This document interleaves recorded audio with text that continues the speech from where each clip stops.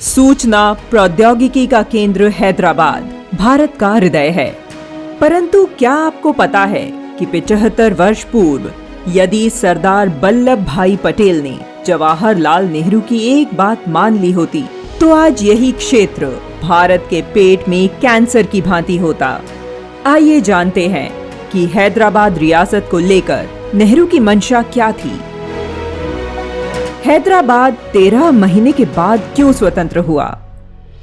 1948 से पूर्व तेलंगाना, आंध्र प्रदेश और महाराष्ट्र के कुछ क्षेत्र को मिलाकर हैदराबाद एक बहुत बड़ी रियासत थी, जहां निजाम का शासन चलता था, जिसकी गिनती विश्व के सबसे अमीर व्यक्तियों में की जाती थी। परंतु यहाँ के निवासी उपेक्षित जीवन जीने को विवश थे। 15 अगस्त 1947 में आजाद मिला, मिठाई बांट रहा था, तिरंगा झंडा उड़ाता थे, स्वतंत्र के सेनानी को जयकार करते थे, भारत माता को जयकार करते थे।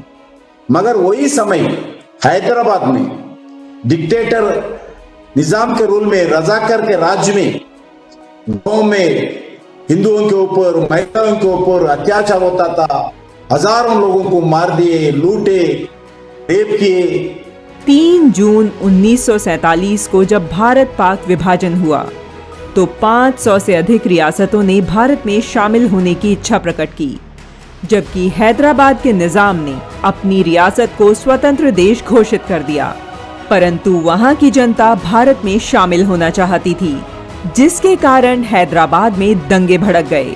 जिन्होंने आवाज उठाई उन्हें कुचला जाने लगा। निजाम के इशारे पर रजाकार और पुलिस जनता को डराने धमकाने लगी। इसका बहुत बड़ा कारण था कि वहां की 85% हिंदू जनता पर मुट्ठी भर मुस्लिम शासन कर रहे थे। निजाम, उस्मान अली खान, उनका एक कासिम रजवी जो रजाकार का सेना था, वो तो बहुत अत्याचार किया वो समय पे।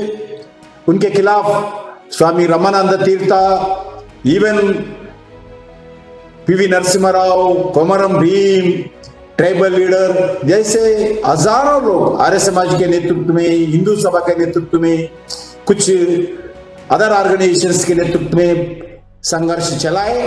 प्रधानमंत्री नेहरू माउंटबेटन के परामर्श पर निजाम के साथ लचीला व्यवहार अपना रहे थे, जबकि पटेल इससे सहमत नहीं थे। निजाम ने भारतीय करेंसी को बैन कर दिया और पाकिस्तान को लोन देकर अपने पक्ष में खड़ा करने का प्रयास किया। पाकिस्तान गुपचुप तरह से निजाम को हथियार भेजने लगा। सरदार पटेल को जैसे ही इसकी भनक लगी तो उन्होंने कहा, हैदराबाद भारत के पेट में कैंसर के समान है और इसका समाधान सर्जरी से ही होगा। 22 मई 1948 में जब रजाकारों ने गंगापुर स्टेशन पर ट्रेन में सवार हिंदुओं पर हमला बोला तो गृह मंत्री पटेल से न रहा गया और उन्होंने जनरल करियप्पा को बुलाकर पूछा, यदि हैदराबाद के मामले पर पाकिस्तान की ओर से कोई सैनिक प्रतिक्रिया आती है तो क्या आप बिना अतिरिक्त मदद के निपट पाएंगे? जनरल करियप्पा ने एक शब्द में उत्तर दिया, हाँ। 13 सितंबर 1948 को भारतीय सेना ने हैदराबाद में प्रवेश किया। भारतीय सेना की इस कार्यवाही को नाम मिला ऑपरेशन पोलो। हैदराबाद को मुक्ति दिलाने में राष्ट्रीय स्वयंसेवक संघ ने भी सेना का मजबूती से साथ दिया।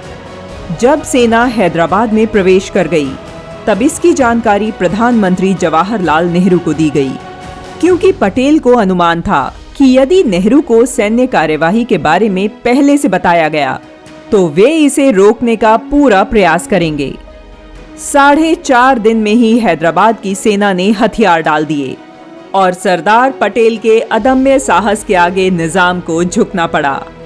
लौह पुरुष सरदार पटेल के दृढ़ संकल्प के कारण ही हैदराबाद से 650 वर्ष पुराना निरंकुश शासन समाप्त हुआ।